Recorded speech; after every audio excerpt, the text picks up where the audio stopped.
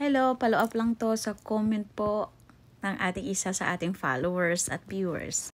Tungkol sa kalapati, utak ng kalapati, totoo talaga yan. Ang bata po na unang subot ng pagkain ang pinakain is utak ng kalapati. Matalino talaga, wais, bright, at saka elegante din.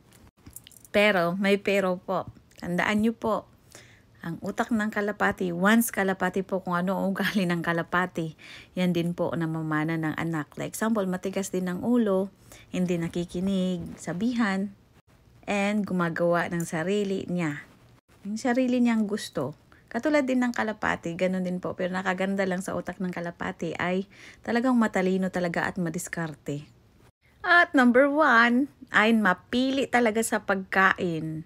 Now, comment po dyan kung totoo din po yan sa inyo.